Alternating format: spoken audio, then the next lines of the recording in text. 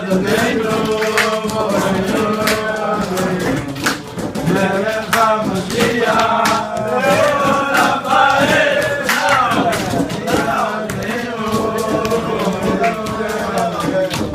מלך המשיח.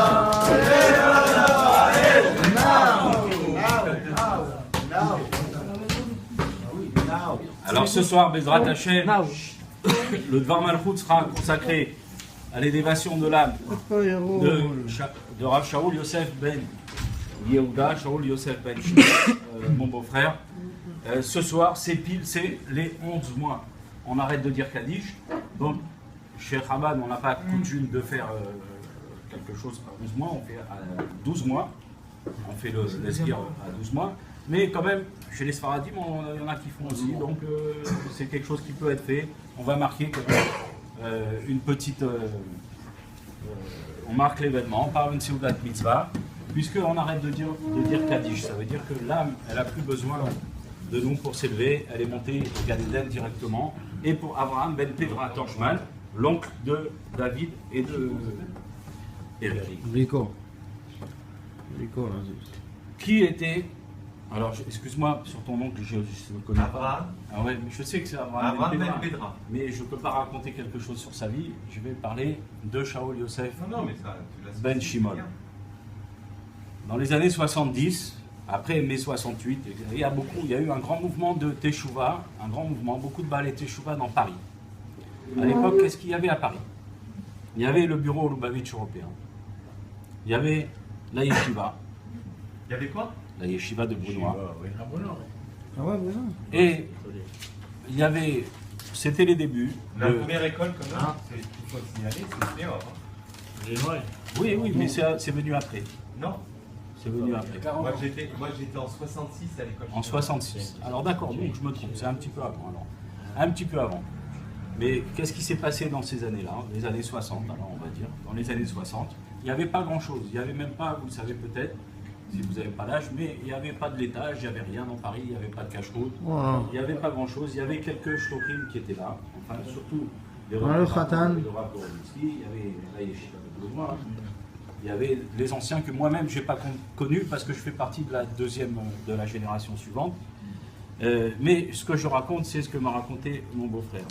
Mon beau-frère à l'époque, il a fait Teshuvah, il est venu dans la Chassidut Chabad. Et il a demandé au Rabbi, il a d'abord été un élève de Rav Pachter, parce que c'est un des premiers sur Paris, il a été là aussi. Il vient tous les jeudis, il nous apporte. Rav Pachter, il avait créé la rue Duc, pour vous raconter Rav Pachter ce que j'ai dit. Une partie de ce que je raconte. Ah, il vient plus trop, à la rue Duc, il y avait quelques-uns qui sont aujourd'hui, qui sont les piliers ou les anciens chassidim de Paris.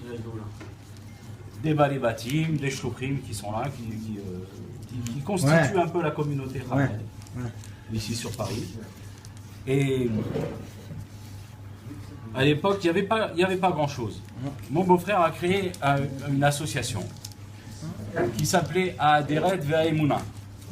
C'est ce qu'on chante le Shabbat. Aderet Ve'aemuna lechaya, lamim balika ve'abracha lechaya. C'est très beau. Il a chanté.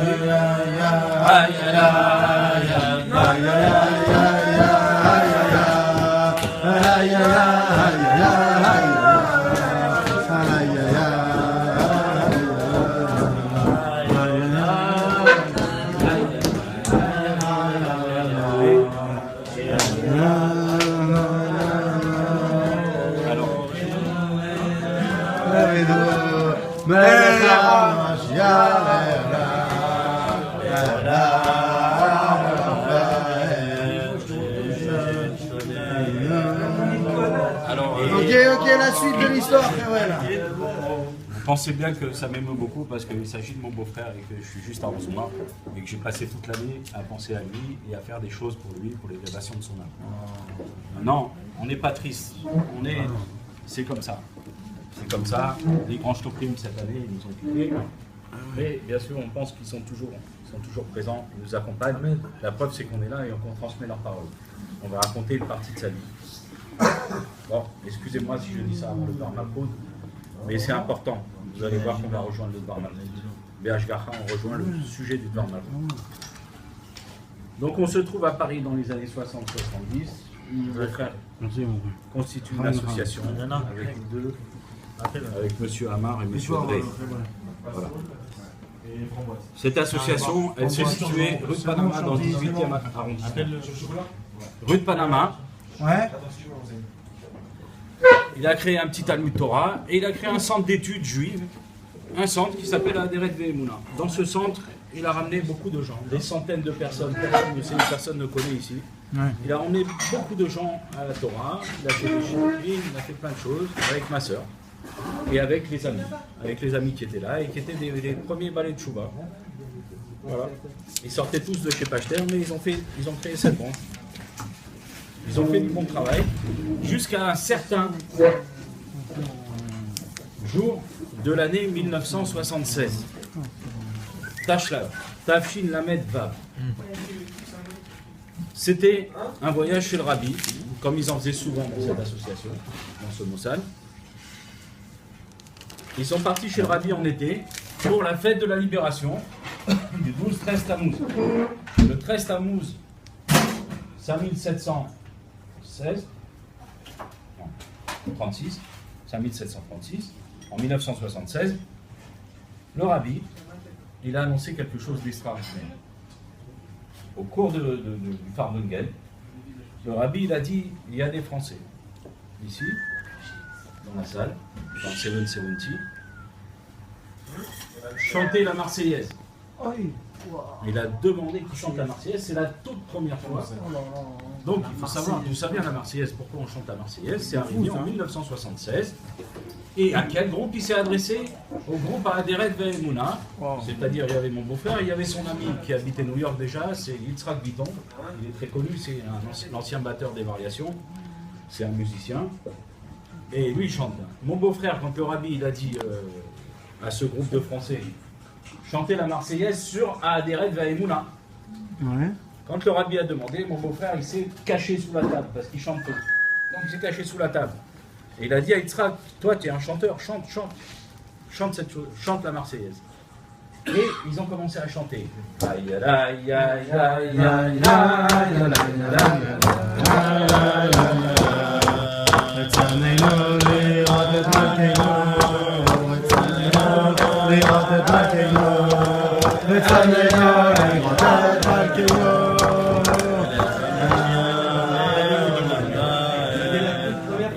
toute première fois. Il n'y a pas beaucoup de gens qui le savent. Et on a de la chance que c'est mon beau-frère, donc moi je connais l'histoire. J'ai vécu cette chose-là en 76. Vous voyez mon beau-frère, ma soeur. Donc ils sont revenus de New York en disant que le Rabbi il a demandé qu'on chante la Marseillaise. À cette époque, on ne savait pas ce que ça voulait dire. Après, des années se sont passées, des années de Shlichut. Finalement, mon beau-frère, il a terminé, il était dans le minyan de Sinaï là-bas, c'était un des piliers de Sinaï, et c'était quelqu'un qui, depuis la Mitzvah Mashiach, que le Rabbi il a lancé la campagne de Mashiach, c'était un des premiers à faire les cours, etc. Les piliers. Et mon beau-frère, il est parti quand? Il est parti. C'est M. Shaoul. En Sinaï, il faisait le cours en Sinaï. À Sinaï, tous les mardis soirs. Ouais. Ah ben avec. Vous connaissez mon beau-frère Shaoul? Bien sûr. Vous savez qu'il un était témoignage. Je le connais très bien. Il est parti. Ah bon. Vous saviez pas. Ouais, voilà. Alors il est parti. C'était quand les attentats? C'était quand les attentats qu'il y a eu à l'Hypercacher? Janvier. Quelle date? Janvier. Quelle date? 9 janvier. 9 janvier. Eh bien il est parti le 8 janvier mon beau-frère. Oh là là, entre les deux. Entre le 7 et le 9. Il est parti juste la veille des attentats. Quand il y a eu le départ de mon beau-frère, moi j'étais à Paris, j'étais là parce que mes enfants étaient à l'école physique. Quand il y a eu le départ, nous, le monde il s'est écroulé. Parce que c'est le pilier de la famille, c'est le raf de la famille. Donc lui il est parti. Et nous on était en pleine, on venait de faire la Levaya et tout ça, c'était très très difficile. Et le lendemain il y a eu les attentats c'était juste avant. Lui c'est le lendemain des attentats, le lendemain des attentats. Ouais. Le lendemain il est parti. Qu'est-ce qui se passe? Le monde il s'écroule, les attaques terroristes, le lendemain, nous, personnellement, on avait un drame familial, on était dans les 7 jours. Et je devais passer Shabbat à la porte de Charenton et on ne pouvait pas y aller, etc. On était en plein dans le monde s'est retourné d'un coup. Avec Gabé, Gabé. Gabé. Gabé, Ouais, tous les copains de Sinaï. Qu'est-ce qui s'est passé? Histoire personnelle, c'est que je vous ai dit que ce chassid là, c'est lui qui a reçu la bracha et la demande. C'est à lui que le rabbi et à son groupe, mais c'était lui le dirigeant de l'association, c'est à lui que le rabbi a demandé de chanter la Marseillaise. Qu'est-ce qui s'est passé le lendemain de son enterrement? Toute la France s'est mise à chanter la Marseillaise. Là, Aïe, aïe, aïe. Oh là là.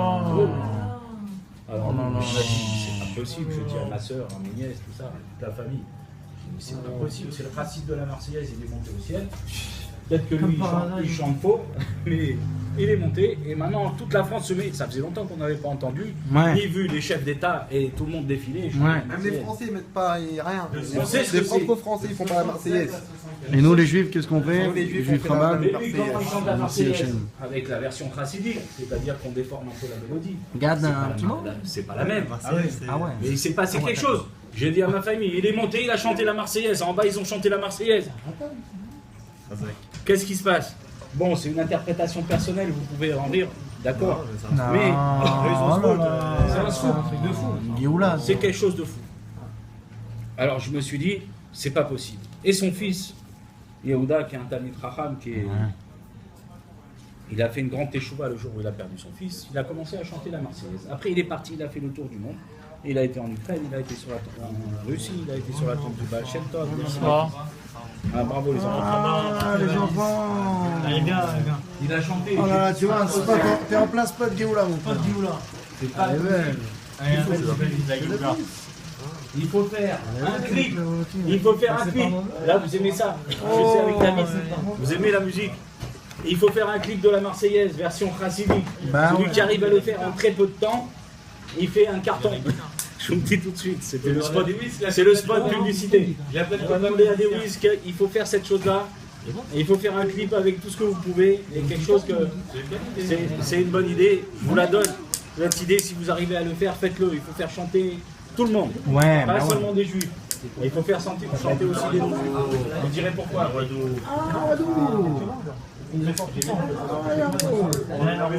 On va changer. Et voilà, c'est bon, voilà, un spot, on a une guitare de folie là. En plein spot là. Donc vas-y David, vas-y, c'est bon. Alors, l'importance de la Marseillaise. Voilà. Il n'y a pas très longtemps que le rabbi il a parlé de la Marseillaise. Enfin, Ouais. plusieurs fois, il en a reparlé. Mais à chaque fois, personne ne sait d'où ça vient cette histoire de la Marseillaise. Je vous ai raconté d'où ça venait. Maintenant, qu'est-ce qui se passe? Cette année, on est en 5776. En 5776, Ouais. le 13 Tammuz 5776, l'été prochain, ça fera exactement 40 ans que le rabbi a lancé la Marseillaise. Et on sait qu'à 40 ans, on a un cœur pour comprendre, et un cerveau pour comprendre, et des yeux pour voir, etc. Alors il faut ouvrir les yeux, c'est quelque chose d'important. La joie, la simcha, le chant et chanter la Marseillaise.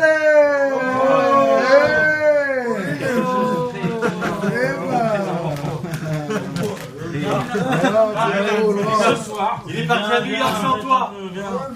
ce soir, si vous avez la patience, vous allez voir que dans le Baba de la paracha de Valishlar, le rabbi il parle de Tzarfat et il parle de la. Parce que la Haftara de Valishlar, elle parle de Tzarfat, que la galoute elle s'étend jusqu'à Tzarfat, c'est très connu, je vous lirai le texte exact tout à l'heure. Et donc Tzarfat, le rabbi il a dit que la Géoula, elle vient de France, vous savez.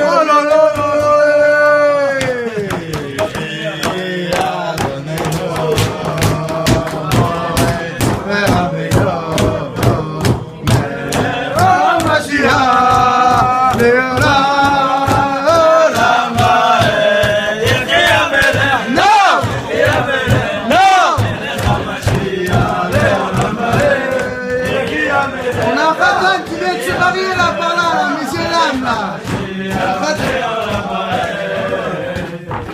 Chacun d'entre nous, à la fois, Daniel, c'est un Khatan, il vient de se marier celui-là. Alors, il va se faire,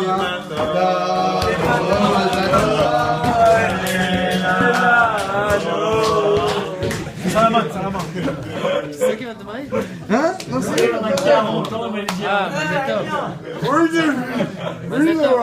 Assis-toi. Il est parti le 770. Voilà, il y a mes deux fils qui sont arrivés. Il y en a un qui s'appelle Menachem Mendel. Oula. Aïe aïe aïe. Il y en a un qui s'appelle Nissim. Alors on attend des miracles les enfants. Quoi, il y a une guitare, il y a quelque chose là, il y a une guitare. Ah, faut faire un petit coup de guitare là, on a le lanceur officiel de Nigoum. Vas-y, sors-nous un petit peu de guitare.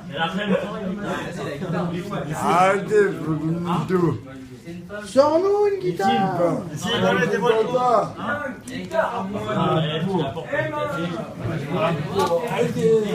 Allez, super. Alors ce soir, les Nishmat, Shaoul Yosef Ben Shimol, le chassid de la Marseillaise, on retient cette chose-là. Vous ne l'avez pas connu, vous verrez peut-être sur internet, vous verrez son visage, vous l'avez connu. Et mon beau-frère, il a fait beaucoup. Il avait sa personnalité, son caractère. Parfois gentil, parfois non, il était comme il était. Et il a fait toute sa vie, il s'est consacré à la diffusion de la chassidoute. Et il nous a appris cette chose-là. Il nous a appris qu'il n'y a rien de plus important que la cacheroute, que l'attachement au rabbi, c'est ce qui a guidé toute sa vie et ce qui doit nous guider également.